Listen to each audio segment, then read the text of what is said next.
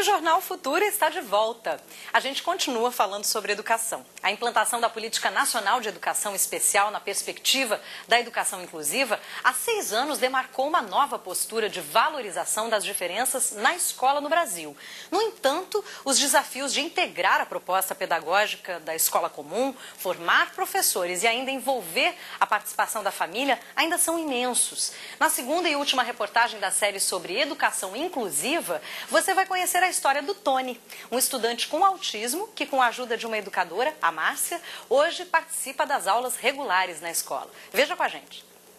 Tony tem 15 anos e foi diagnosticado como autista ainda nos primeiros anos da infância. Ele foi alfabetizado em uma turma especial da Rede Pública de Ensino do Rio de Janeiro.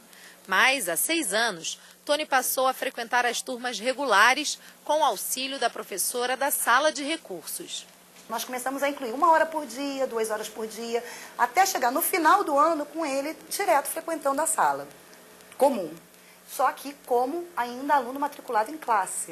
Então ele estava como ouvinte na turma comum. No ano seguinte, então, ele saiu da classe especial e passou a frequentar matriculado uma turma comum no 3º ano. Onde é que está aqui o continente?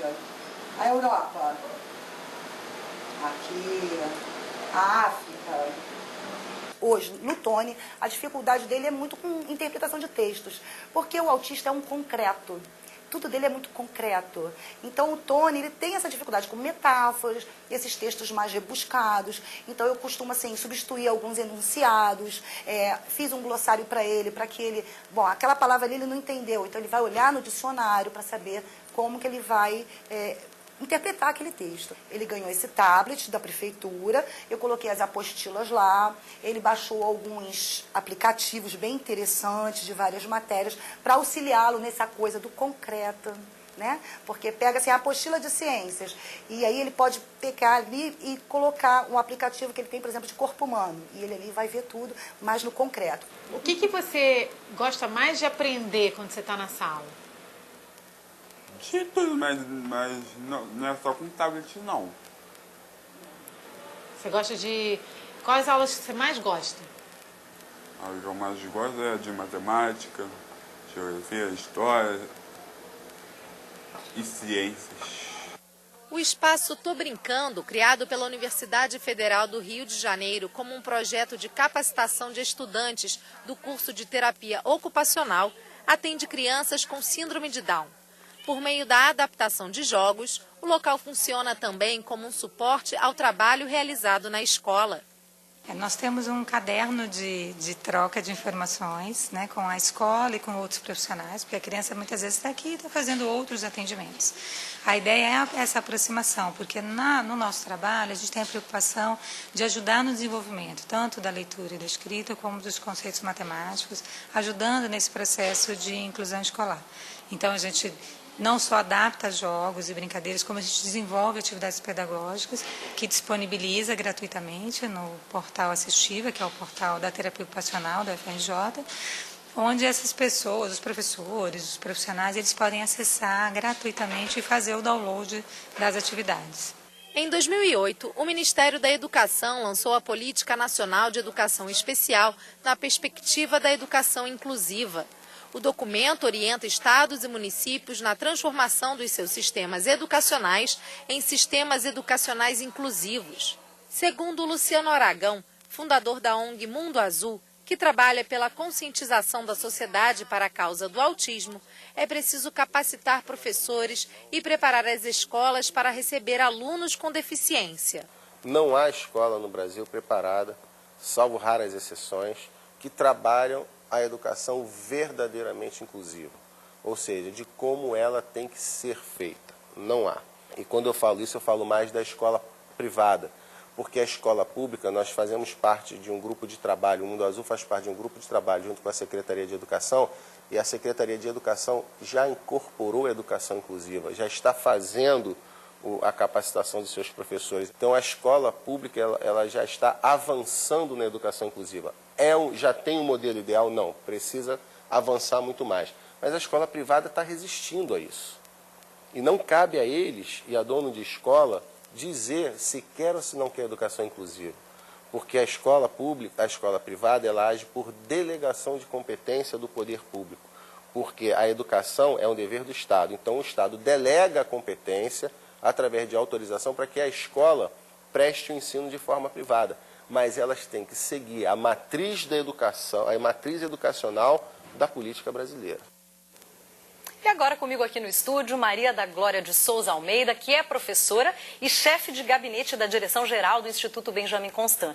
Ela também dá aulas de capacitação para professores de estudantes com deficiência visual e é mestre em literatura. E você que está nos assistindo não precisa só assistir não, você pode também participar dessa conversa sobre educação inclusiva pelo telefone 021 2273 5020 ou pelo @Canal Futura. Bem-vinda, Maria da Glória. Muito obrigada.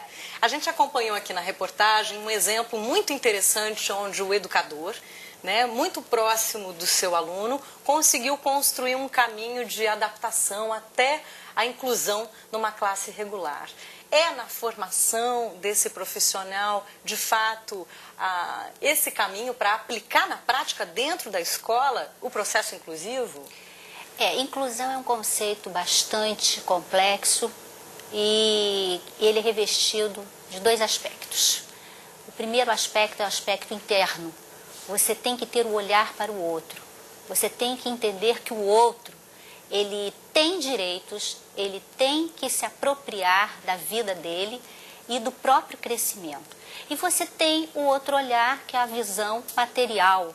São esportes que você tem que ter para justamente favorecer, de fato, o processo da inclusão.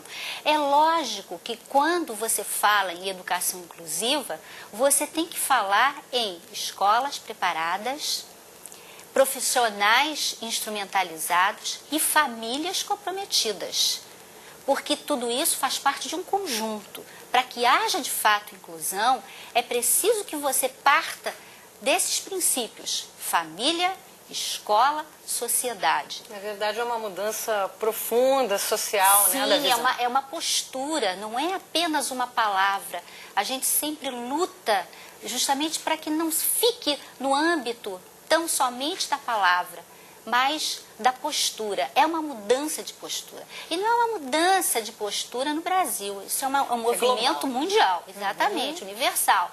Mas que precisa ser visto realmente com mais critério, porque você não inclui apenas porque você está colocando na escola. Promulga leis. As leis são ótimas, porque elas amparam, elas fazem com que muitas coisas de fato aconteçam. Mas você tem que ter a disposição, porque se você não aceita o outro com as suas diferenças, e vamos pensar que diferentes somos todos nós. Sim, nós não somos diferentes, eu não sou diferente apenas porque eu sou cega, porque eu não enxergo. Eu sou uma pessoa diferente como de você, mas temos semelhanças. Então, não é pautar apenas na diferença. O grande problema é que nós sempre apostamos no déficit, na falta, e nós temos que nos pautar na potencialidade, na capacidade que o outro tem realmente de criar e de ir adiante, construindo o seu próprio destino. Até porque a questão da educação dentro da escola, ela não é o que supre o indivíduo nessa convivência social. A convivência na escola é uma parte importante. É uma parte, pois é, por isso que se fala, que eu falei do conjunto. Porque se você, dentro da sua cidade, dentro do seu bairro, jamais depara com uma criança cega ou cadeirante, enfim, tendo qualquer tipo de déficit, seja sensorial, físico ou intelectual, você parece que aquele ser é um ser à parte. Agora, se você tem nas pracinhas, nos shoppings, nas festinhas, a presença dessa criança, você vai fazendo com que as pessoas mudem de opinião e vejam, tenham a sensibilidade de perceber aquela criança como uma criança qualquer. E ela tem que ser percebida assim, criança é criança. Então, independentemente da sua condição. Então, a escola é uma parcela que recebe essa criança. Agora, a família e a sociedade têm de entrar também nesse jogo. Ó, a Lúcia de Jesus, da Olaria, obrigada pela sua participação aqui no jornal, Lúcia. Ela fez um comentário. Quando eu passo no Benjamin Constant, no Instituto, tem um sinal sonoro. Em muitos lugares eu vejo deficientes à espera de algum auxílio para atravessar ruas, por exemplo. E ela quer saber se não é o caso de fazer uma campanha, por exemplo, sinal verde, incentivando as pessoas a ajudarem. Ela está dando uma sugestão aqui. Uma sugestão, né, Lúcia? Exatamente. Esse é um equipamento, veja bem, uma coisa tão simples, mas é um equipamento inclusivo. Por que inclusivo? Porque eu posso estar atravessando a minha rua como você atravessa. Então, eu estou sendo incluída no meu bairro, na minha cidade, não é? Então, realmente é muito interessante. Agora, essa questão do sinal sonoro já teve muito problema aqui no Rio de Janeiro, que tinha pessoas que realmente achavam que era uma poluição sonora muito grande. Essa é uma outra conversa, viu, Maria da Glória? Eu te agradeço muito mesmo sua presença aqui no jornal e as suas palavras tão relevantes. Tá, até uma próxima oportunidade. Se Deus quiser. A gente se vê daqui a pouquinho com mais Jornal Futura.